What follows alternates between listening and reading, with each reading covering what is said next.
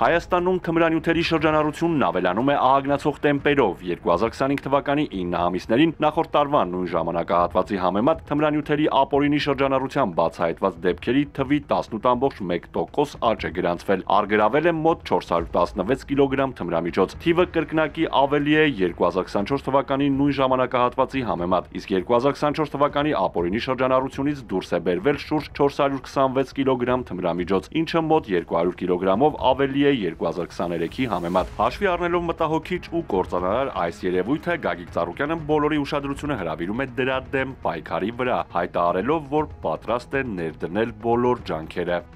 Այսօր ուզում եմ բոլորիս ուշադրությունը հրավիրել մի հարցի շուրջ, որն անպայման պետք է կարևոր տեղ ունենա առաջարկ Հայաստանին ծրագրում։ Խոսքը թմրամոլության դեմ պայքարի մասին է։ Թմրամոլությունը չարիք է, ողբերգություն բերող չարիք։ Ամեն կերպ, ամեն օր բոլորով պետք է պայքարենք սրա դեմ։ Չի կարող լինել անտարբերություն սրա հանդեպ։ Այնքան անսպասելի կարող է մտնել մարդկանց տները, հարամել ամեն ինչ, ողբերգություն ու տառապանք բերել։ Սա այն հարցն է, որտեղ փողզիչում չկա։ Ուղղակի չի կարող լինել։ Պետք է ուսումնասիրենք միջազգային փորձը։ Պետք է բոլորի ջանքերը միավորել՝ երիտասարդների, ծնողների, ուսուցիչների, մարզաշխարհի, մտավորականության, մասնավորի եւ պետության։ Միասին աշխատեցինք, արդյունք կլինի։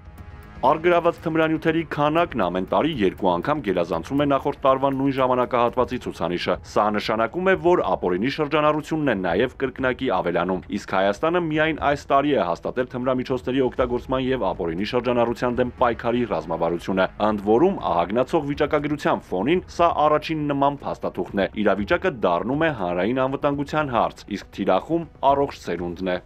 Միասին աշխատեցինք, արդյունք կլինի։ Մարզաշխարհի հարյուրավոր հեղինակավոր ներկայացուցիչներ նախաձեռնել են Մարզաշխարհը հանուն առողջ սերնդի ծրագիրը։ Ես որպես անհատ, որպես այս երկրում ապրած, կառուցած, ստեղծած մարդ, պատրաստ եմ անձնական բոլոր ջանքերս ներդնել այս չարիքի դեմ պայքարում։ Եթե մենք չունեցանք առողջ սերունդ, ապա չենք ունենալու ոչինչ։ Սա այն չարիքն է, որը չի ճանաչում տարիք, սեր, սոցիալական վիճակ, կուսակցական պատկանելություն, նախկին, ներկա։ Սա բոլորիս խնդիրն է։ Սա մեր ապագայի խնդիրն է։ Հեռու պահենք մեր երկիրը, մեր քաղաքներն ու գյուղերը, մեր բակերը, մեր շենքերը, մեր տները այս չարիքից։ Միասին գրագետու համար աշխատենք, կկոտրենք այս չարիքի ողնաշարը։ Աստված մեր ընտանիքներին պահապան։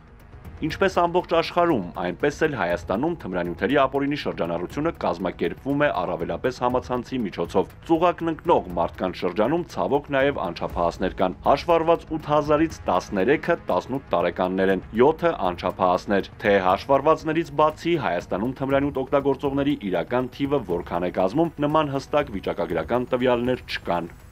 Արթուր Հակոբյան, Էպիկենտրոն։